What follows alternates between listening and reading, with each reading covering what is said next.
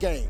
This ain't the black man's game. This ain't the white man's game. This is the money game. But we in the money game. And We're you in the money cannot game. sacrifice yourself. Before the money game, it's called the integrity game.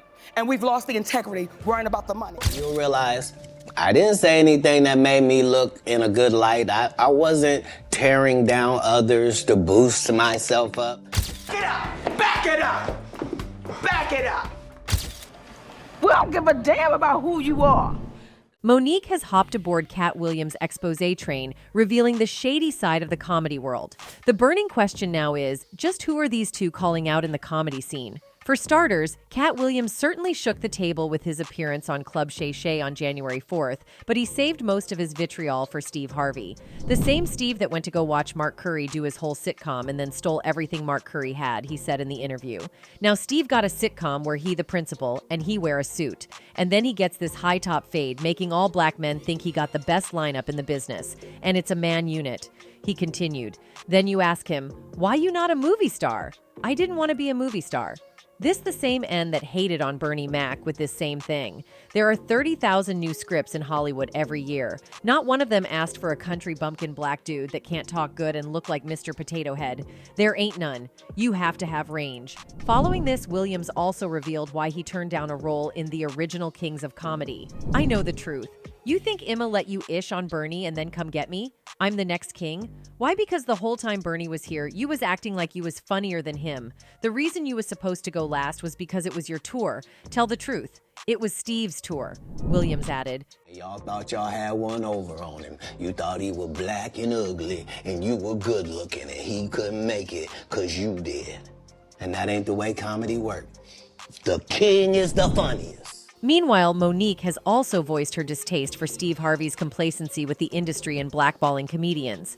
You see, during an interview on Harvey's Steve talk show, the comedian and actress said she and her husband and manager, Sidney Hicks, got labeled as difficult for pushing back when the producers of Precious asked her to do more Oscar campaigning. I said one word, said Monique. I said no to some powerful people. I said no to Oprah Winfrey. I said no to Tyler Perry. I said no to Lee Daniels. And I said no to Lionsgate. The difficulty came when people that look like me, like Oprah, Tyler, Lee Daniels, and I gotta put my brother Steve Harvey on the list, y'all knew I was not wrong. Each one of you said to me, Monique, you're not wrong. The comic added she felt betrayed when Harvey publicly criticized her without speaking to her first. And when I heard you go on the air and you said, my sister done burnt too many bridges, and there's nothing I can do for her now. Steve, do you know how hurt I was? Harvey pushed back, saying, I felt that you had done yourself a disservice by the way you chose to go about it. Number one, the boycott of Netflix, yes. We never gave people a point of action. The second point, what was coming to me was, this problem that you had in Netflix is rich people problems. In January 2018, the Baltimore native had called for a Netflix boycott for gender bias and color bias after the streaming giant offered her $500,000 for a comedy special, a relatively small amount compared to the multi-million-dollar payouts given to Amy Schumer, Chris Rock, and Dave Chappelle each earned. The Fat Girls star told Harvey her family suffered from the loss of opportunities after the Oscar flap and failed Netflix deal, but that he and other prominent African Americans in Hollywood had not stood by her publicly. When asked why he never stood with her, Steve revealed. This the money game. This ain't the black man's game. This ain't the white man's game. This the money game. But we in the money game. And you cannot game. sacrifice yourself. Monique then called out Steve, saying, before the money game, it's called the integrity game. And we've lost the integrity worrying about the money. Steve Harvey's response was downright perplexing and, frankly, quite disconcerting. It's astonishing how he unabashedly admitted that his commitment to money eclipses any shred of integrity he might possess. The willingness to turn a blind eye to the struggles of friends or even his own tribulations just to safeguard his financial interests raises serious questions about his moral compass. This inclination towards silence, especially in the face of adversity, echoes Katt Williams' earlier critique of Steve Harvey. Williams hinted at the hollowness beneath the charismatic exterior, pointing out the disconcerting values that seem to underscore Harvey's actions. They pay you to not talk about things they don't want you to talk about. They tell you that themselves. Anyway, following Monique's interview with Steve, she went on to reveal that a lot had been cut out from the conversation. It was two friends sitting down having an open and honest conversation that was long overdue. There was a whole lot that was cut out. It was a conversation that had to be had, she said. Monique added, "When I say to a man that I've known for 25 years, you all said that I did nothing wrong privately, but none of you were courageous enough to say it publicly. And a lot of that was cut out from that conversation." Later on, Steve revealed that he regrets how he spoke to the comedian and takes full responsibility for it. "I've got to slow down when I'm talking," he said. "I can't get into heated discussions, and I've got to just guard my words more carefully. I take full responsibility for it. It came out my mouth, so I can't say that I didn't say it. But to people that really know me, I have lived my whole life as a man of integrity," Harvey continued. "So when I was referring to integrity in that interview, I was talking about the method in which things were being done, and that is all it was." Meanwhile, Monique told Essence that she learned patience from sounding the alarm on the lack of pay equity in Hollywood, especially for Black women, because she understood where many were coming from. "We get fearful of losing out, so we just keep accepting. When people say, 'Monique, what's wrong with you? Don't you know what's going to happen?' Well, baby, I'm going to have to deal with that, but hopefully the little girl who's not here yet, she won't. If I don't do my part, then the ones that came before me will look at me like, 'What are you doing? You know the whoppings we took for you?'" For context, this beef started after the release of the 2009 movie Precious, produced by Oprah and Tyler Perry and directed by Lee Daniels. Monique received widespread acclaim for her incredible performance and won the Oscar for Best Supporting Actress. Since Monique's performance created so much buzz, Oprah and Tyler asked her to go on a press tour to promote the film.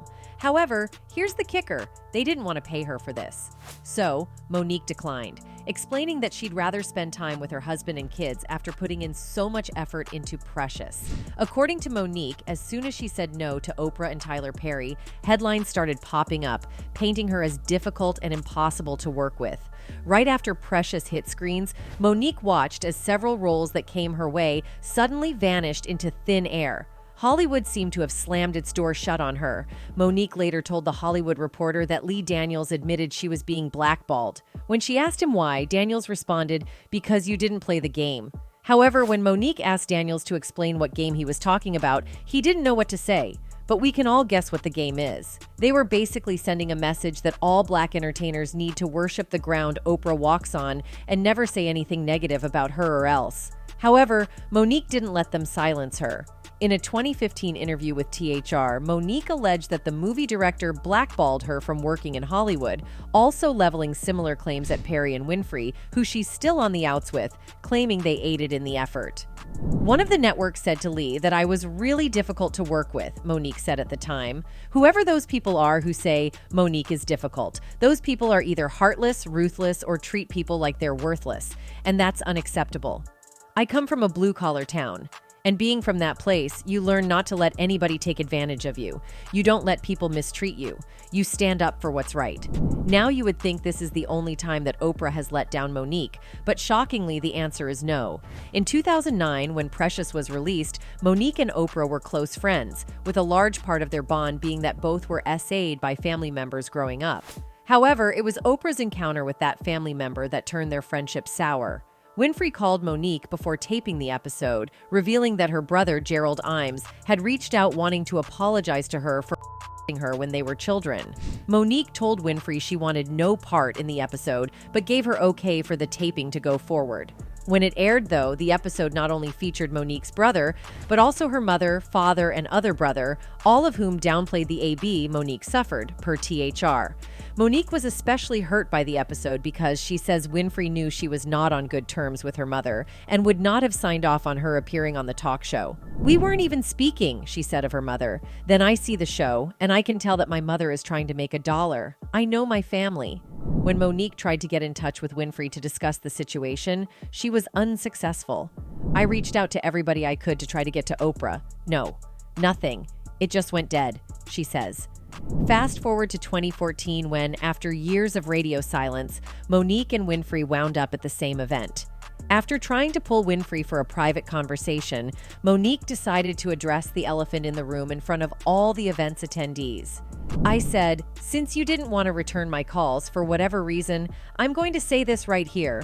Monique recalled, sharing that she then questioned Winfrey on her parents' involvement in the episode. According to Monique, Winfrey said that they tagged along with her brother to the studio, unbeknownst to her. Monique then claimed Winfrey told her, "I'm going to look into your mother and father being on the show, because I didn't know anything about that," before adding something like, "If I've done anything to offend you, I apologize." Now that was anything but an apology. Well, there is nothing that Monique hasn't done in order to pass her message across to these elites. In fact, she also went on The View, but the interview quickly went downhill. Stop. Okay. Because contractually, Yes. when you make a movie, regardless of who you sign the deal with, Yes. your job is to go and promote said movie. During the chat, Monique spoke of believing Perry and Daniels contributed to her being blackballed in Hollywood. According to the Oscar-winning actor, she began receiving fewer offers for work after declining to do international press for the film Precious. Daniels directed the film, and Perry helped to promote it. As a result, Monique says major companies began to undermine her value, including Netflix. She sued Netflix for gender bias and discrimination based on race. She alleged the streaming company did not give her an adequate offer for a comedy special because she was a black woman. And that's where their fallout with Whoopi Goldberg began.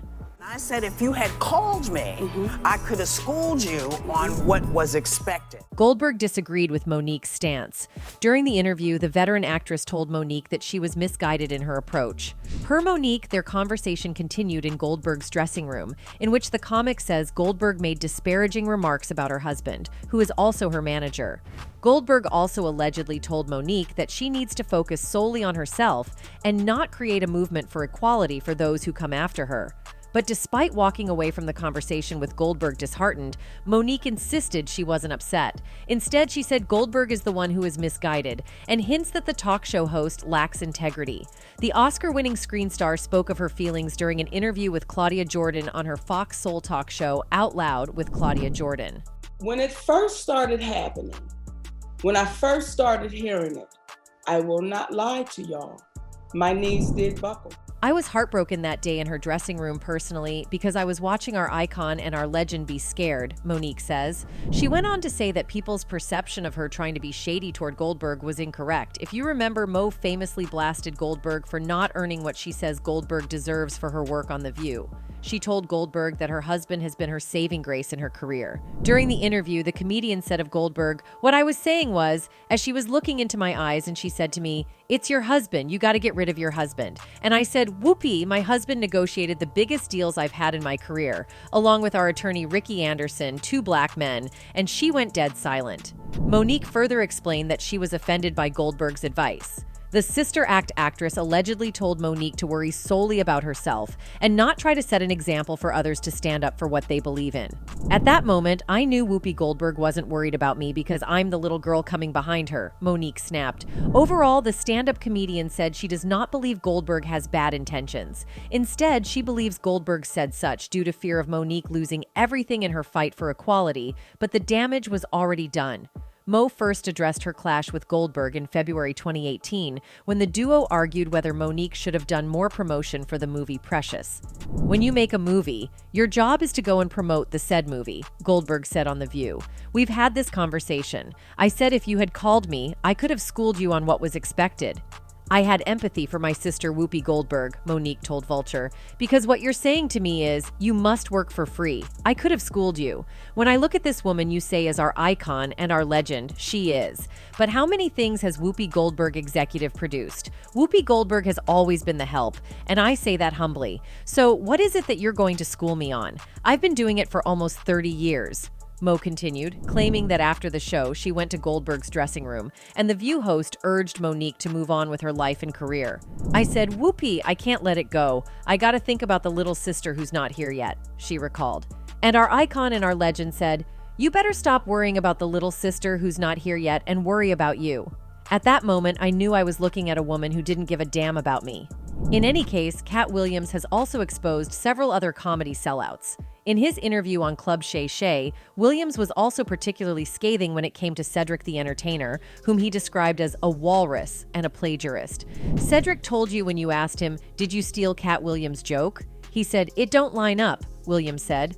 How it don't line up that I did it on TV in 2018. You came to see me at the Comedy Store do it in 2019 and then did it on the Kings of Comedy? What doesn't line up? This is a televised joke that Mark Curry helped me punch up and get to the level that it was. Williams then proceeded to describe radio personality Rickey Smiley as a liar over his claim that he was supposed to play Money Mike in the 2002 film Friday After Next, a role which Williams played. Smiley, meanwhile, played a Santa Claus robber, but he claimed Williams was supposed to take that role instead. He asserted that Smiley, Cedric, and Harvey allied against him. The way that Rickey Smiley kept appearing at all my auditions is because of Steve and Seed. He would tell anybody that. Listen, they got a gang on that side. They know what it is, he added. At one point, the comedian said he walked away from $50 million offers 4 times throughout his career in order to protect his integrity. Anyway, Katt Williams also attacked Kevin Hart by highlighting the astonishing trajectory of his career in Hollywood by first questioning the unprecedented speed with which Hart achieved success.